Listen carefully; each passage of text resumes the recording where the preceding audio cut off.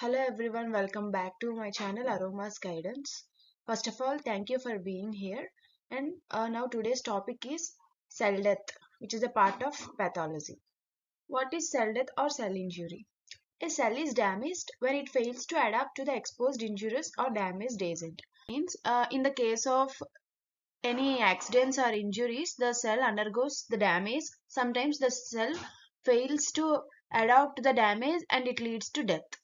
The injurious or damaging agent may be due to external or internal environmental changes or stress. That injury can be due to some external factors like accidents and shocks or some radiation, and due to some internal changes like immune responses or stress and some mental disorders. And what are the causes of cell injury? What are the physical agents that causes cell injury are mechanical trauma and burns and deep cold, sudden changes in atmospheric pressure, radiation and electric shock. So these are the physical agents which can cause these are the physical agents which can cause cell injury. Those are the physical agents. And now coming to oxygen deprivation. It is a common cause of cell injury and cell death. Hypoxia can be. What is hypoxia? Hypoxia, that means a decrease in the oxygen. So what are the factors? Inadequate oxygenation of blood due to cardiorespiratory failure. That means if there is a failure in the cardiorespiratory function, then the oxygen levels will be inadequate to the blood circulation. So in that case, there will be oxygen deprivation and decreased oxygen carrying capacity of the blood, as in anemias and carbon monoxide poisoning and acute and after severe blood loss. So if any blood loss or any poisoning due to carbon monoxide and any anemias means decrease in the blood. So in these conditions there will be an oxygen decreased carrying capacity of the blood. So that means the blood cannot carry more oxygen. So in such condition there will be an oxygen deprivation. Depending on the severity of hypoxic state, cell may adapt and undergo injury or die. So that means depending on the severity of hypoxic state, that means how much the oxygen deprivation is there. So if there is a little amount of oxygen deprivation, that can be curable, that can be manageable. But in case of high severe conditions, the cells may cannot adapt to the situation and undergo injury, and it may can die. What are the chemical agents for cell injury? Oxygen in high concentrations and poisons such as arsenic, cyanide and mercuric salts, and strong acidics and alkalis, environmental and air pollutants like CO and asbestos. These are the CO, carbon monoxide and asbestos and etc. And some other chemicals can cause cell injury. Hypertonic glucose and salt, that means high levels of glucose and salts. Insecticides, herbicides, industrials and occupational hazards. What are the occupational hazards? Occupational hazards means the hazards that occurs due to occupations like industrial traumas, industrial accidents, or such as people work in asbestos companies, coal mines. Due to the chemical and poisonal gases, cells undergoes injury. And if people who are working under radiation exposure, they can also undergo to the cell death and cell injury. So these are due to the occupations. These cell injury occurs due to the occupations. And alcohol and narcotic drugs and therapeutic drugs. So these are the drugs which causes the cell injury and cell death. So oxygen and poisonous agents, acids, due to the environment pollutions, high glucose and salts, insecticides, herbicides, occupational hazards, drugs.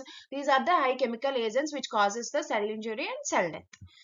So coming to the infections agents, what are the infections agents that causes cell injury and cell death? Bacteria, fungi, viruses and parasites. So some bacteria, fungi, viruses and parasites can also cause infectious agents. And so coming to immunological reactions. So hypersensitivity and anaphylactic reactions and autoimmune disorders. Like due to the lack of immunity or autoimmune reactions, and also for hypersensitivity, the people who are more sensitive to conditions, who cannot adapt to the conditions or who cannot adapt to the environment, can occur immunological reaction. So genetic defects due to the deficiency of functional proteins such as enzyme defects in inborn errors of metabolism or accumulation of damaged DNA and folded proteins. This means if any genetical abnormalities in the newborn, then it can lead to cell injury and cell death. Nutritional imbalances. In the case of obesity and specific vitamin deficiency and protein energy malnutrition. What is PEM? Protein energy malnutrition. In such cases, nutritional imbalances, there will be a cell death and cell injury like kwashiorkor, marasmus. In such cases also, there will be nutritional imbalances. So, what is mechanism of cell injury? First, depletion of ATP. So how the ATP gets depleted? That means first sodium pump activity తగ్గిపోయినప్పుడు sodium intracellular space ఎక్కువ అవుతుంది, అప్పుడు calcium ions ఎక్కువ అవుతాయి, then the water get increased, which leads to the endoplasmic reticulum swelling. Increase in anaerobic glycolysis, which leads to the causing of lactic acidosis and which leads to the nuclear chromatin clumping. So detachment of ribosomes inhibiting protein production, and at the end there will be a protein production.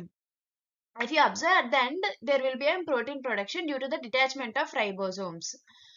This is depletion of ATP, and there will be mitochondrial damage. Mitochondria are important targets for all type of injury, including hypoxia and toxins. The second step will be mitochondrial damage. The first step will be the depletion of ATP. After the ATP gets depleted, there will be a mitochondrial damage. Mitochondrial damage are very common in the case of all type of injuries. If any less oxygen, that means hypoxia, and any some toxins, there will be the mitochondrial damage. This damage leads to the exodus of cytochrome C and hydrogen ions into cytoplasm. Exudes means it undergoes. So cytochrome C and hydrogen ions will be exudes into cytoplasm, which leads to the initiation of apoptosis. What is apoptosis? It is a programmed cell death. That means it's a process of cell death. Apoptosis means. And the next step, the third step, is increased intracellular calcium. After the depletion of ATP and mitochondrial damage, there will be increased intracellular calcium. Okay, what is increased intracellular calcium? మనం ఇంతకు ముందు చదువుకున్నాం కదా, sodium pump activity decrease అవుతుంది, and the second step is mitochondrial damage. So ఈ రెండు process వల్ల there will be an increasing of intracellular calcium ion levels. So sodium pump activity తగ్గిన తర్వాత మైటోకాండ్రియల్ డ్యామేజ్ అయ్యడం వల్ల ఇంట్రాసెల్యులర్ కాల్షియం అయాన్స్ ఇంక్రీజ్ అయ్యి those calcium ions will activates enzymes like ATPs, phospholipase, proteases and endonucleases, which leads to the degradation of cytoplasmic organelles and nuclear material. In this process, if you observe, there will be an increasing of ATPase, phospholipase and proteases and also endonucleases, but the degradation of cytoplasmic organelles and nuclear material. And the fourth step is accumulation of oxygen derived free radicals. These free radicals will be accumulated due to the imbalance in the mechanisms. What mechanism? Free radical producing and free radical scavenger mechanism. And this leads to the change in the structure of DNA. If you observe, the free radicals cause cell damage, okay, by lipid peroxidation of membranes, oxidation of proteins, and by producing lesions in DNA. So at the end, this step will change the structure of DNA and it leads to the cell damage. Defects in What is the fifth step? Defects in membrane permeability. In this ischemic cells, that means injured cells, there will be a membrane damage due to ATP depletion. So మనం first step చదువుకున్నాం, ATP depletion and calcium modulated activation of phospholipases, which means మనం third step లో ఏం చదువుకున్నాం, కొన్ని enzymes activate అవుతాయని చదువుకున్నాం, అందులో ఫాస్ఫోలైపేసెస్ కూడా ఒక ఎంజైమ్. సో ఈ ఎంజైమ్ యాక్టివేట్ అవడం వల్ల అండ్ ఏటీపీ డిప్లీషన్ వల్ల మనకి మెంబ్రేన్ డ్యామేజ్ కూడా జరుగుతుంది. And this step is mainly due to bacterial toxins and viral toxins. This step is mainly due to toxins and proteins, etc. The biochemical mechanisms that can contribute membrane damage. So what are the causes of membrane damage? Mitochondrial dysfunction, which is the second step, and the cytoskeletal abnormalities and reactive oxygen species lipid breakdown products. These are the 4 mechanisms which contribute the membrane damage in the 5th step. So coming to the 6th step, damage to DNA and proteins. In 6th step, cells have mechanism that can repair DNA damage. Ante ippudu cells damage aina it can get back. Cells can be repaired. But if the damage is too severe to be corrected, ante chala if ఆ damage చాలా ఎక్కువగా ఉంది అంటే ఇప్పుడు దాన్ని correct చేయలేం. In that case cell initiates a suicide programme. That means it itself initiates the programmed cell death that is called apoptosis. A similar reaction is found in improperly folded proteins. What are the earliest changes that are associated with cell injury? Okay, the earliest changes associated with cell injury: decreased generation of cellular ATP, that is ATP depletion, intracellular lactic acidosis, that is nuclear clumping, and loss of cell membrane integrity, defects in protein synthesis and cytoskeletal damages, DNA damages. Within limits, the cell can compensate for these dearrangements. That means within limits ante severity ఎక్కువ లేకపోతే cell can be repaired అని చెప్పాను కదా. That's the meaning of this point. Within limits, the cell can compensate for the dearrangements.